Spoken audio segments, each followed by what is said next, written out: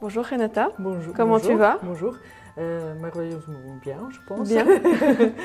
Alors on te connaît bien ici au Théâtre Le Public. Tu as été la scénographe sur pas mal de spectacles. Est-ce que tu peux nous dire quelques titres? Oui, L'Avare, La promesse de l'aube, Tartuffe, Zazo. Justement, Zazo, la on y est. La précieuse On y est. marchandise. Oui, Donc voilà. là, pour nos auditeurs, est-ce que tu peux nous décrire un peu qu'est-ce qu'on voit en fait? Parce que c'est toi qui as imaginé tout ça.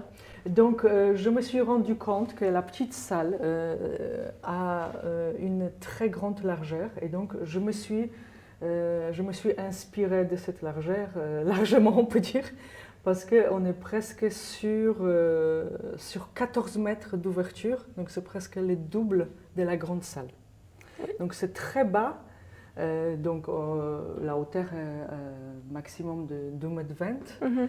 Mais c'est très large. Et donc, j'ai essayé d'habiter l'espace entièrement, puisque le public se trouve en 3 blocs et le public prend toute la largeur de cette petite salle. Mais justement, on dirait que ce décor, il a toujours existé finalement. Comment ça naît une scénographie? Est-ce que tu as tout de suite maintenant des automatismes qui te viennent? Si on les a, on est dans le confort des scénographes qui a sa méthode qui marche. Cette fois-ci, ils vont voir que je ne sais rien.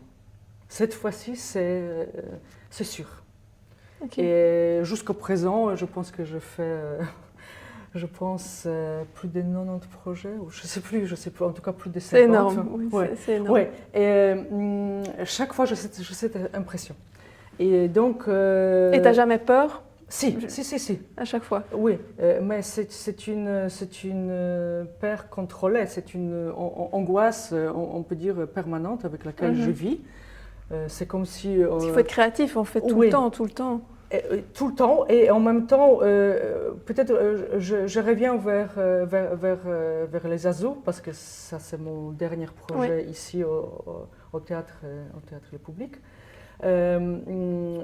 Je constitue une espèce de dossier d'images qui parle essentiellement du texte et aussi des impressions des auteurs, des autrices et du metteur en scène. Ça, c'est très très important pour moi. Donc j'englobe les phrases, je note les phrases clés, je lis entre les lignes.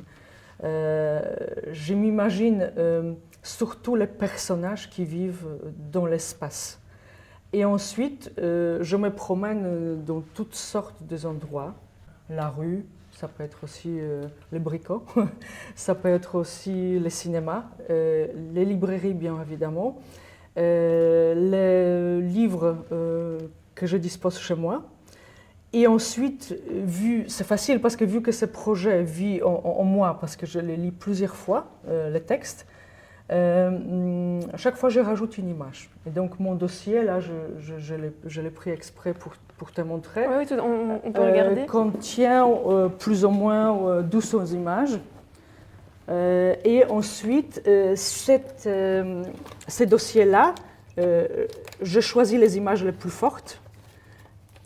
Pour les ensuite présenter au metteur en scène et à l'équipe. Essentiellement, pourquoi on met en scène cette pièce, parce que c'est très important. Pourquoi aujourd'hui, pourquoi maintenant, quels sont les enjeux.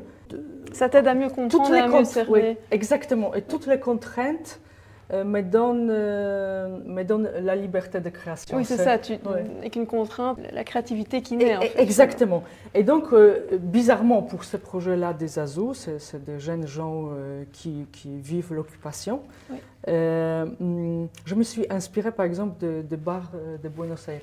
Ici, donc on voit une photo, par exemple. Oui, une des photos de ces bars. Pourquoi? Parce que c'est chaleureux. Oui. Et parce que ces gens sont dans une espèce d'attente et il y a beaucoup d'humanité. Et donc ces éléments-là, comme par exemple les miroirs face auxquels il y a un monsieur très digne, bien habillé, qui se coiffe en sortant des toilettes. Et là, on voit 2 tasses d'expresso à côté de lui. Il y a beaucoup d'émotions dans ces images. En fait, je m'inspire beaucoup des photographes. Je peux partir une scénographie d'une seule photo. Et après, en fait, c'est facile parce que maintenant, si tu parcours ces dossiers, Oui. tu vois donc les matériaux que je trouvais au bricot, la guinguette où on danse à l'extérieur, ou les images des bars de Buenos Aires. Tout fait un ensemble complètement éclectique. C'est ça les secrets des scénars ouverts. Qu'est-ce que ça veut dire? Que des espaces où on peut rentrer, sortir sans être presque dérangé ni dérangeant. Ça veut dire que c'est au comédien donner la vie à cette pièce.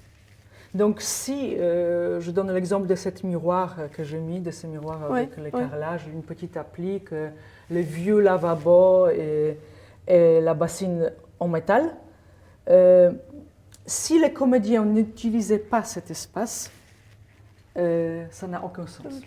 Voilà.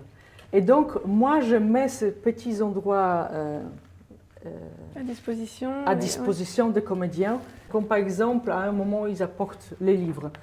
La metteuse en scène me dit qu'il faudra prévoir une bibliothèque, mais comme c'est une cave et c'est un endroit où rien n'est organisé et c'est un espace un peu secret, un peu intime, mais il ne faut pas oublier les jeunes gens pleins d'enthousiasme.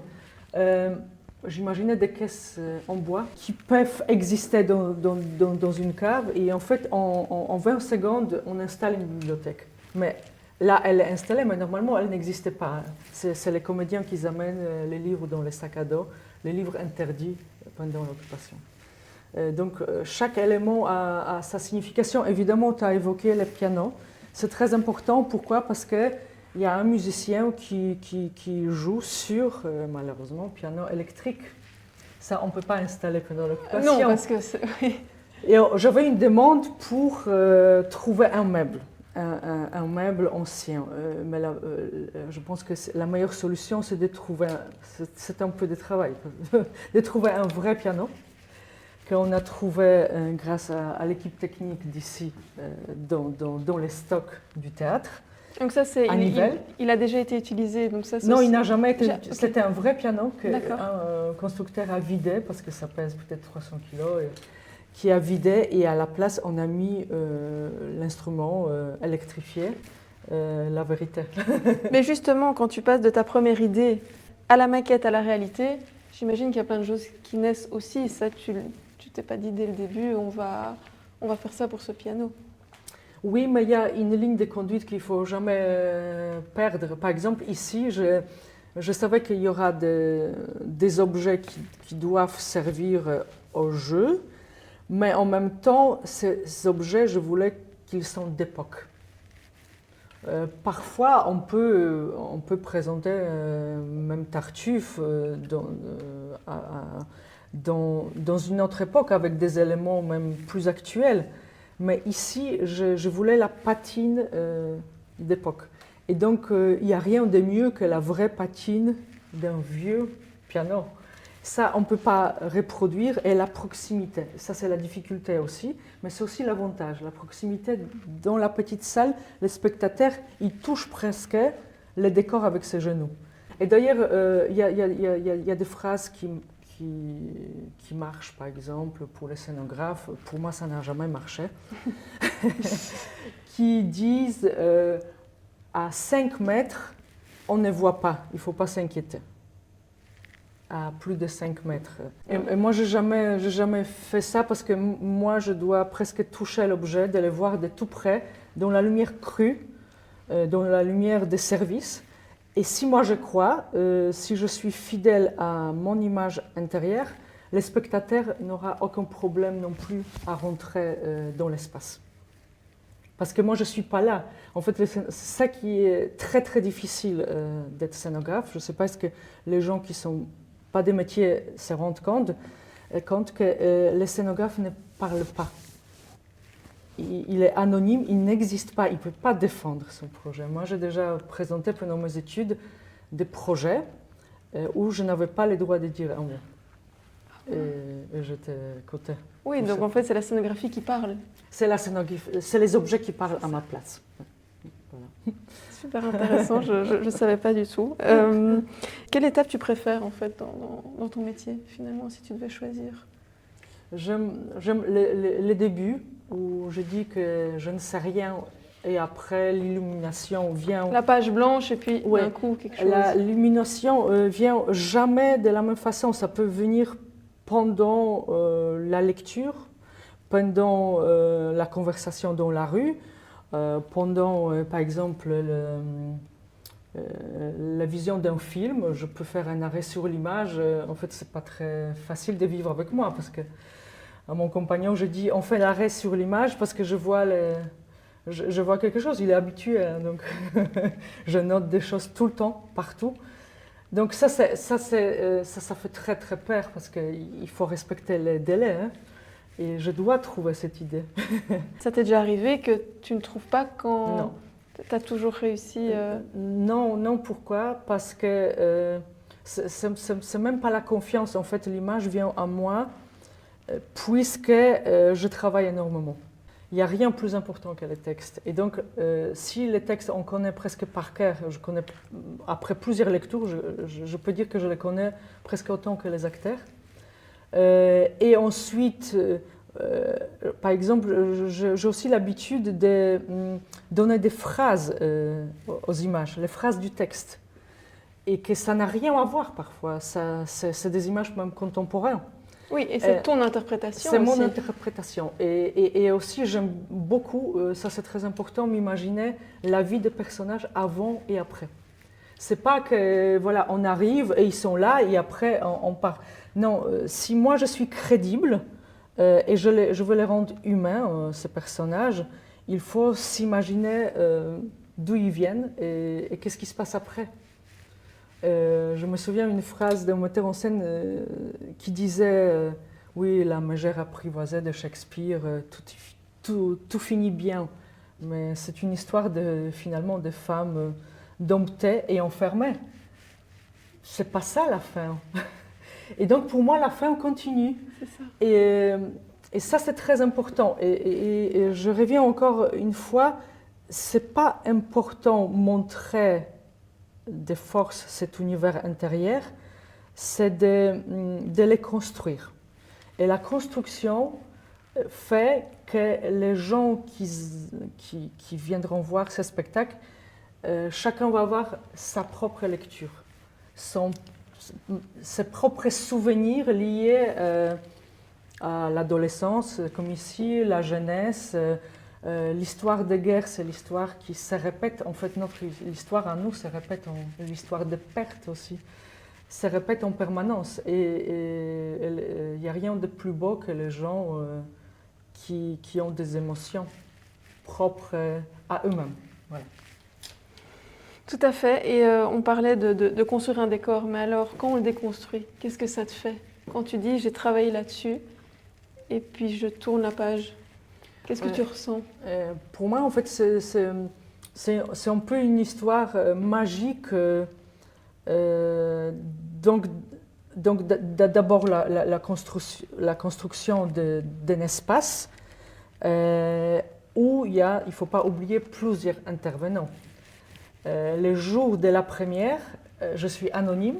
J'arrive avec les gens proches de moi, leur avis compte énormément, qui vont découvrir mon travail.